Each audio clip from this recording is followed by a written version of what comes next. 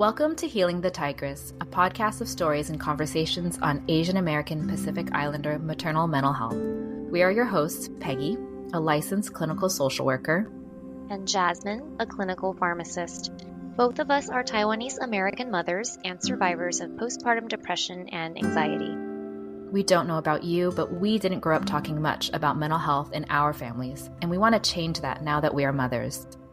Together with our clinical backgrounds and passion on the subject, we want to create a safe space for the AAPI community to discuss perinatal mental health issues. And together, we want to break generational cycles in our own parenting journeys so that we can heal our inner tigress, a nod to the tiger moms before us. We are so happy you're tuning in here. Let's get started.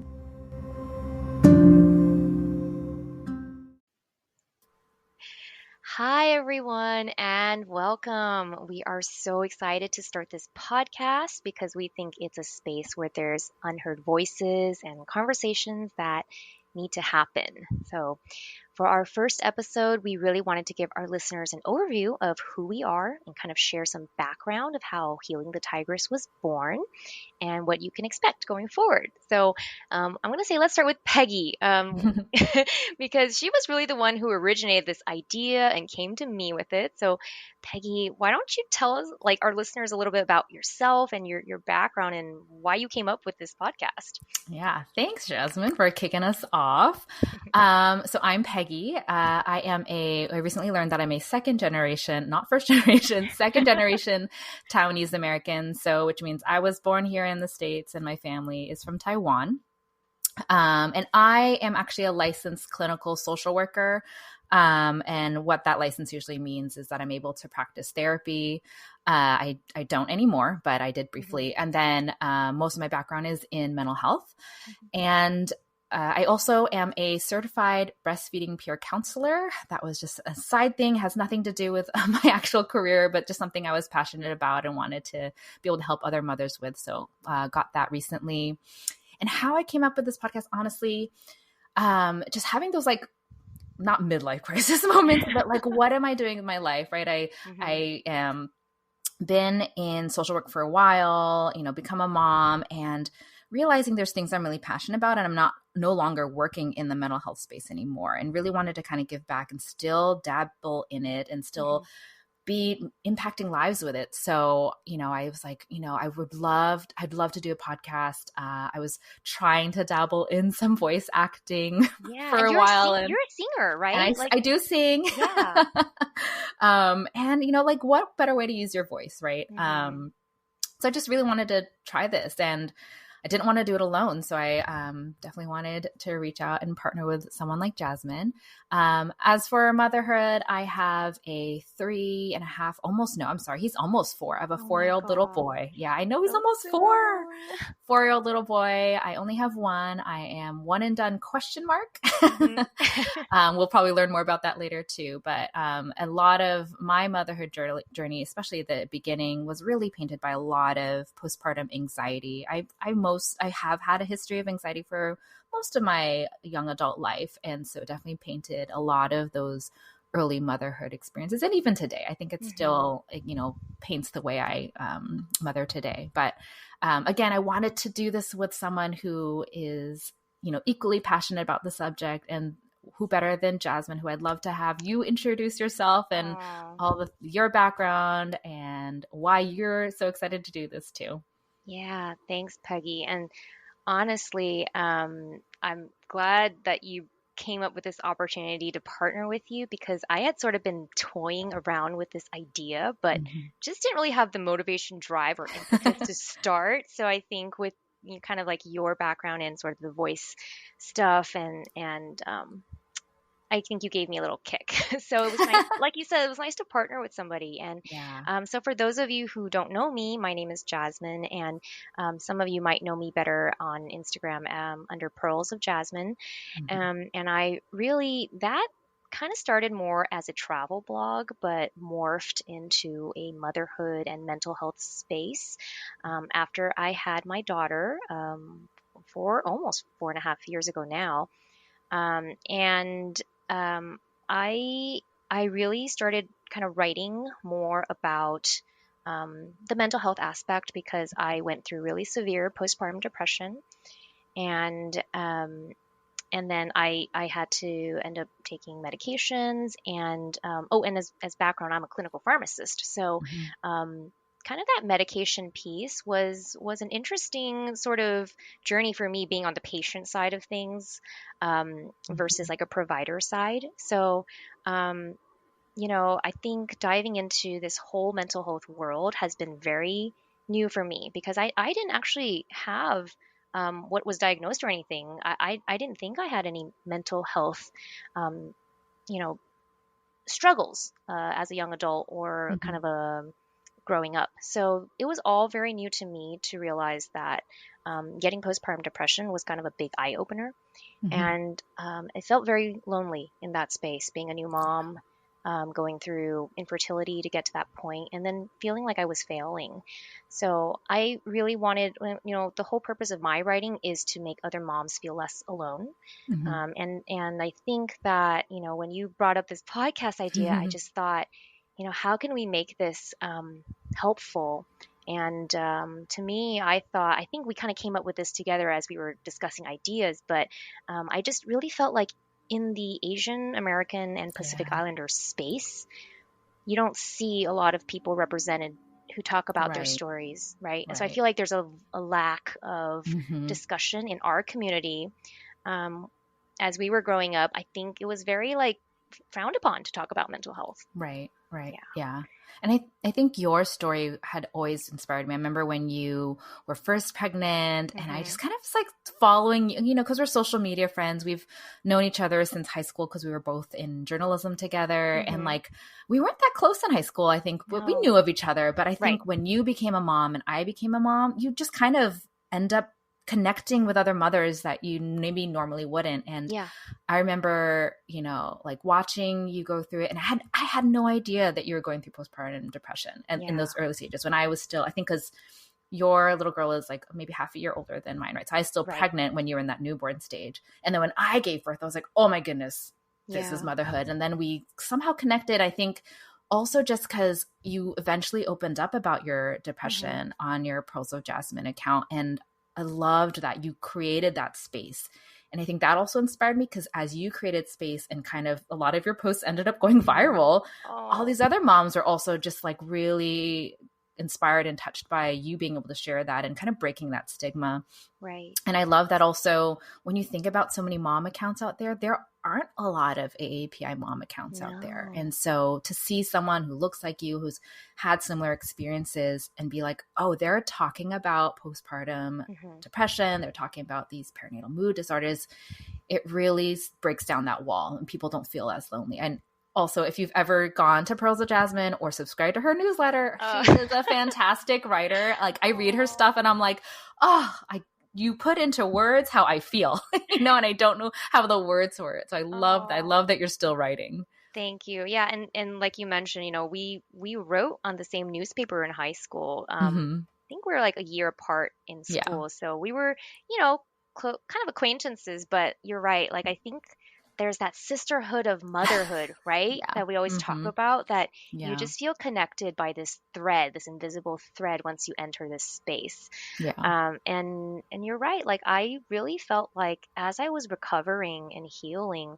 writing was a form of therapy for me to kind Mm-hmm. of put down Mm-hmm. into words all those feelings, and then just to sort of get that validation back from others that like you're not the only one going through this. Right. And yeah, I there was a great space before that actually has been now acquired by Motherly. It was called Motherhood Mm-hmm. Understood, Mm-hmm. and she at that time had been writing. I think she was basically a forum that would share stories of moms that went through like postpartum depression, anxiety, all the types of like perinatal mood disorders, and just reading these real stories from real women was really helpful for me healing.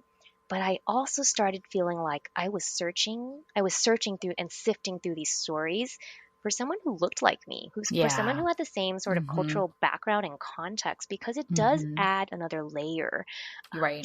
to your story, which I think is so cool. We're gonna try to strip down those layers and talk about Yes. all the things Yeah.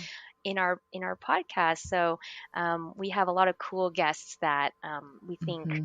have really different and interesting layers to talk about, um, because I think it affects our parenting. Like, would you say, Right. yeah, Yeah. our I cultural f- background and our for mental health? sure. Hmm. I mean, if you think about it too, it's like our only examples of parenting are our parents, right? And Hmm. so when you hear about like breaking that generational cycle, it's like sometimes in our weakness, we resort to kind of the ways that are, and not that our parents were bad, right? But it's just they Hmm. have their cultural trauma, like their own trauma from their cultural upbringing and so forth and so forth. So just all of that.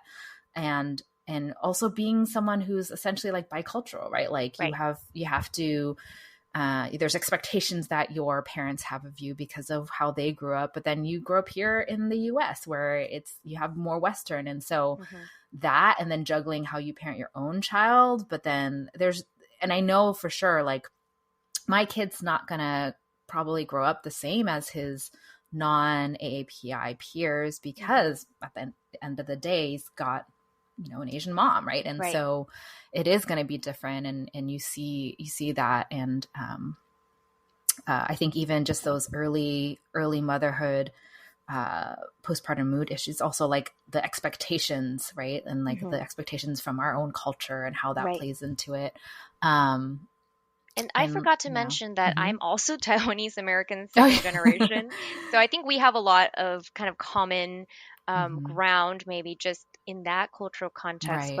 But when I hear from other sort of AAPI cultures too, you can see there's a lot of sort of similar themes, some sort of similar pressures, Right. and the overall sense I sort of get is that it's not a topic you want to talk about with your family, or Mm-hmm. that it just feels very shameful, almost Right. like talking about it is like it's like you're handling this fragile bomb or something. Like, oh my gosh, Right. let's just hide it, and let's just, if we don't look at it, maybe it'll just get better on its own, sort of thing. So definitely I think the way we've been brought up, and I think in an immigrant child context too, um, we definitely have different layers because the immigrant parent is also a different kind of Right. struggle, right? Right. So growing up with that background, I think, is also different. So yeah, I can you? I want to just sort of tell our listeners, Yeah. how do we come up with healing the tigress?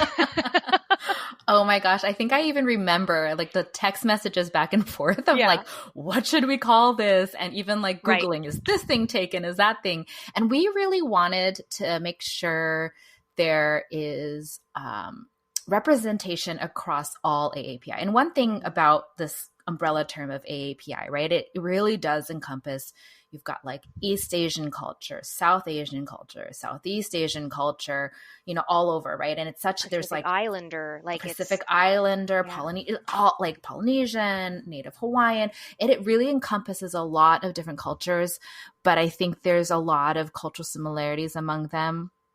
And I think one thing that we were kind of starting with, right, was this like good enough, Hmm. like feeling good enough.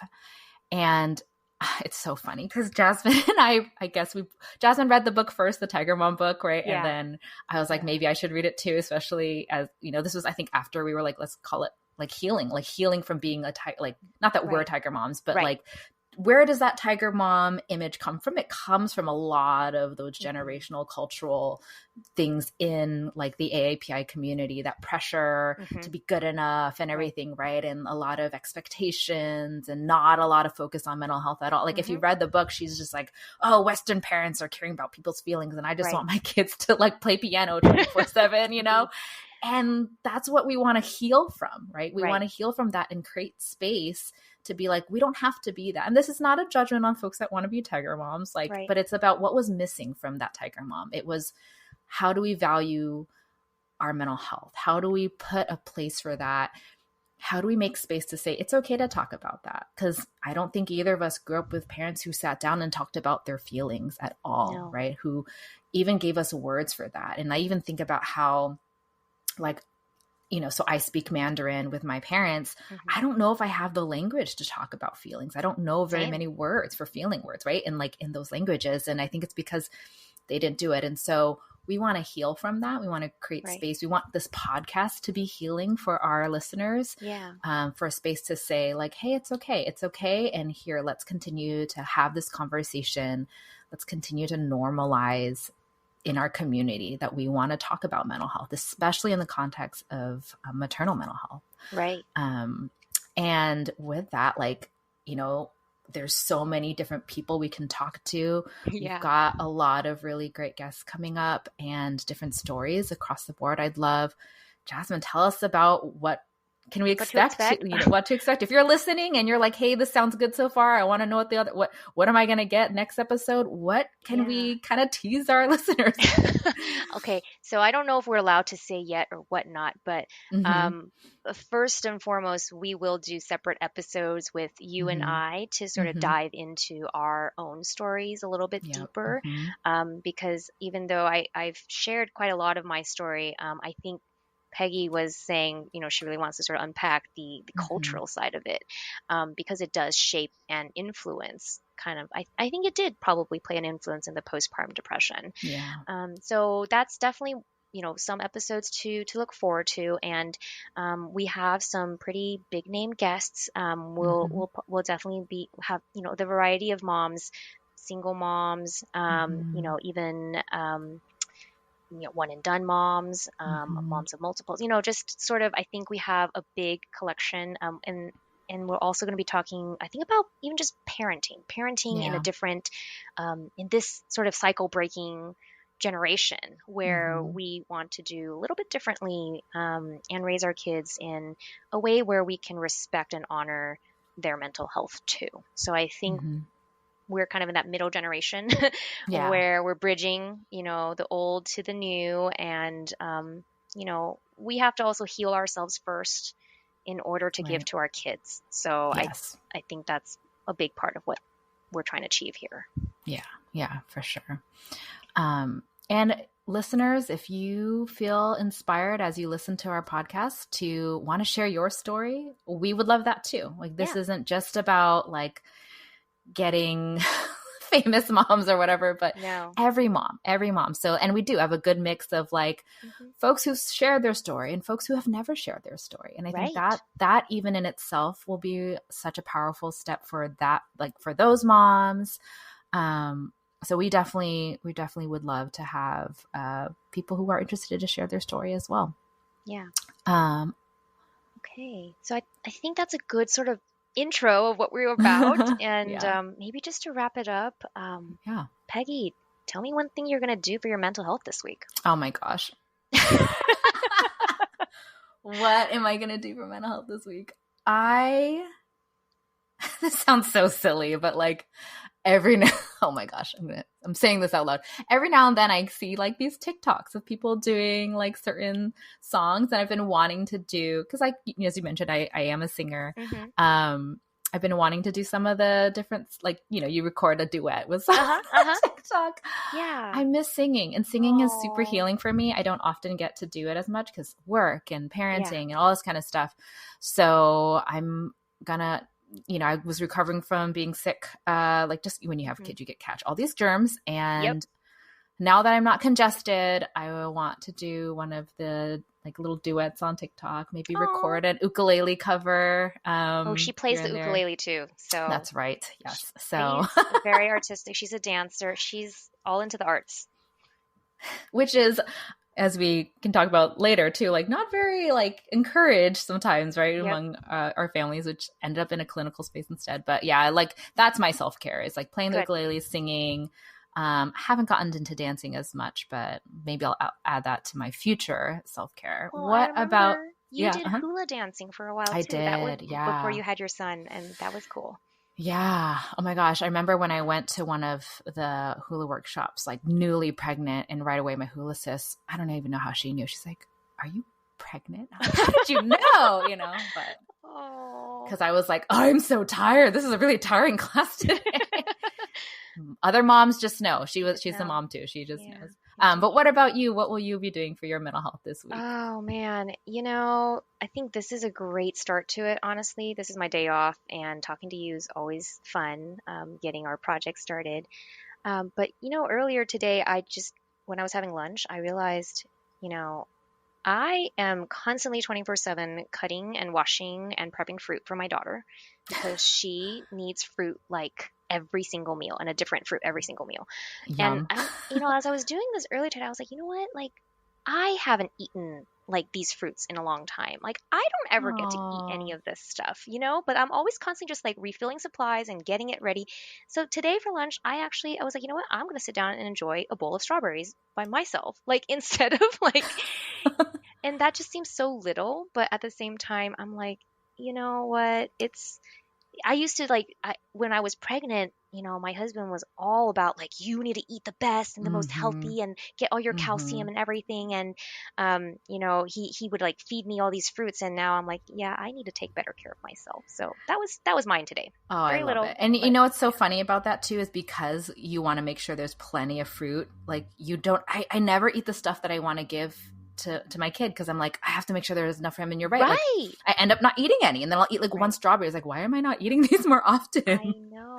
Yeah. Usually it's like one bite or like, the ends of it or something. And Yeah. Like, oh, this one, he won't eat this one because it's mushy. Right? exactly, exactly. But Oh, motherhood should not always be martyrdom. So we have to yeah. start treating ourselves better, right? Yeah, I love that one. Maybe I'll add that one to my repertoire this week as well. Eat more fruit. Yeah, yeah. Awesome. Well, thank you all for tuning in, and we're hoping in the future too to maybe have some giveaways if we get hmm some reviews. Or what else did we want people to do, Jasmine? I can't remember. You can check us out. We just started the page, but it's very new. We have an Mm-hmm. Instagram page on Mm-hmm. Healing the Tigress, Mm-hmm. and yeah, look out for more in that space.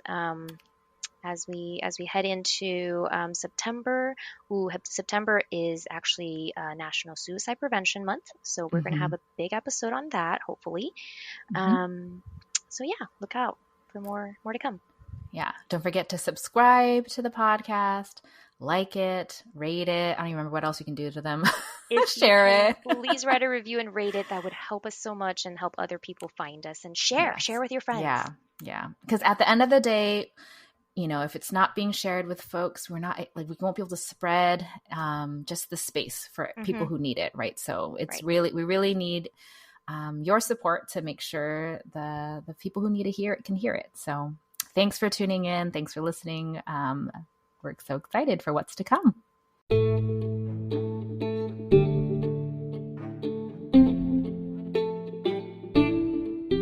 We hope you have enjoyed Healing the Tigress in our conversations on maternal mental health in the Asian American Pacific Islander community. Please follow our show and our Instagram page to catch our latest episodes.